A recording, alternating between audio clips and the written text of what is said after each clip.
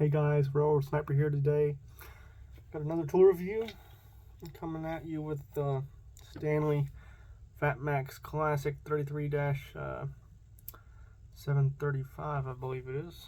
Yep, 35 foot tape measure. So let's go over the things I like about it, I guess. I've had this thing for I've probably had it for at least 2 years.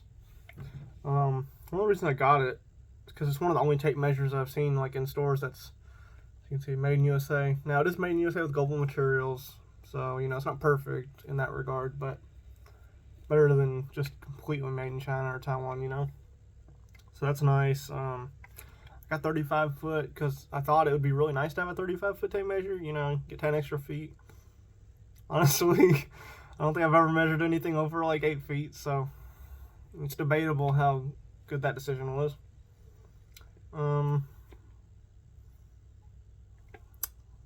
I liked the reach they advertised. They advertised 14 feet of reach. So, you know, if you don't know what that means, basically, like, including the length of your arm, if you were to put this thing out to the 14 foot mark, it would stand up on its own. It wouldn't, like, you know, collapse or anything like that. And I think part of the way they achieve that is to this really wide blade. It's like at least an inch, if not like maybe an inch and an eighth or inch and a 6/4 or something like that. So it's pretty wide blade. It only has standard measurements, no metric or anything. It's got the hook, you know, moves 1/16 of an inch either way. It's got 3 rivets instead of the normal 2, so that's pretty nice. And it's got hooks on the top and the bottom, so you can grab something on the underside or on the bottom, or on the top or the bottom, I mean.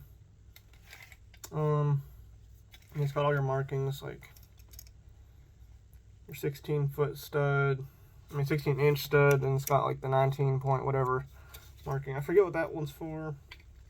Might be for studs as well, I forget, or roofing. But it's got all that. It's got every marking in 1/16 of an inch. So let me shorten this up so I can show you all. It's got 1/16 of an inch markings. It's got each inch marked. Once you get up to a foot, you know, it's got the little foot marking, and then it marks it in red. So you could say like a foot and, you know, 1 inch, so stuff like that. So yeah, comes in this really nice sturdy case. It's a hard plastic, rubber overmold. That's what this black stuff is. The black's the rubber, yellow's the plastic, and it's got a sheet metal belt clip or a pocket clip, you know. Now, so there's things I like about it. So now we can go over a few of the things I don't like. Actually, one more thing I do like. I like how securely this blade lock holds it in position. I'm pulling on that pretty hard. There's no way that thing's gonna come loose under like normal circumstances. Okay, now we're on to the bad stuff. So one thing I didn't anticipate when getting a 35 foot tape measure is the fact that the body of this tape measure, if you can see it down there, let's see if it'll focus. I don't know how well you can see that, but this body is 3.5 inches. So if you're measuring between two things, rather than like, you know, getting the tape out and bending it into the corner and having to approximate it, you can just, you know, sit both ends right up against whatever you're measuring, and you just add the length of the tape measure. Now, it's not too difficult to add 3.5 inches, but, you know, your standard 25 foot tape measure is only 3 inches, you know. And that's a whole lot easier to add like a whole number to a number with fractions than to add fractions together, you know. So it's just a little inconvenience there. Say another inconvenience real quick. So, you know, I pull out, look how slowly that retracts.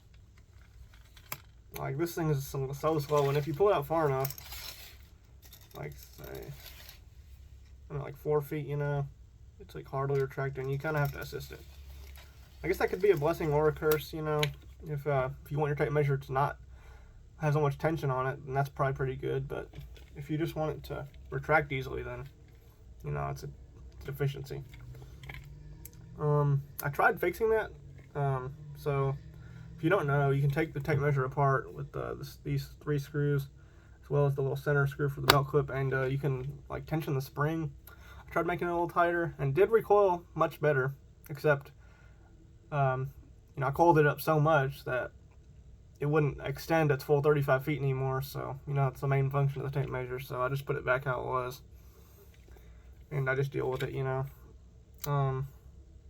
This tape measure is non-magnetic. That is a thing I didn't like. So I got another tape measure, which y'all might see in another video. I got a Crescent Lufkin Shock Force G2 with the night eye stuff. That's a pretty nice tape measure. I do prefer it for a lot of activities, but it's not made in the United States, it's made in Taiwan.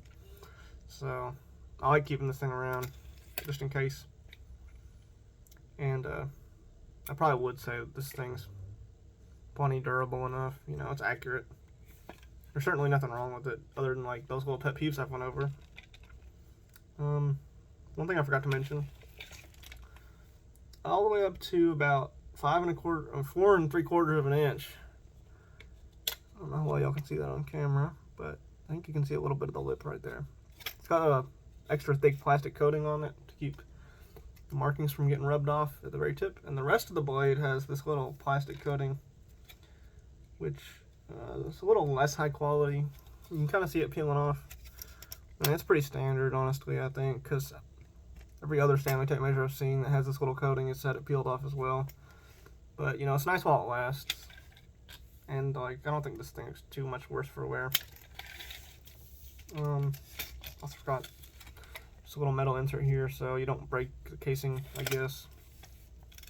Something nice and solid for the blade to rest against. Okay, so, you know, not much else to talk about with this. Like I said, oh, I forgot to mention the price. That's one more thing to mention. If you were to buy this thing today, it'd be about 31 bucks at Home Depot. That's where I got mine. I got mine at Home Depot. I think it was a little cheaper, maybe like 28 when I got mine, but still definitely extremely expensive for a tape measure. And if I had to buy a tape measure again, putting aside like the whole like feeling of having a humongous tape measure, I'd just get a 25 or 16 foot tape measure. You know, that's plenty. I've never needed the full length of this thing. And if anything, its size is more of a hassle than than anything. But if you do need a 35 foot tape measure and you want to buy American, I would definitely recommend this. But if you don't care as much, I'd probably go with the Crescent Lufkin.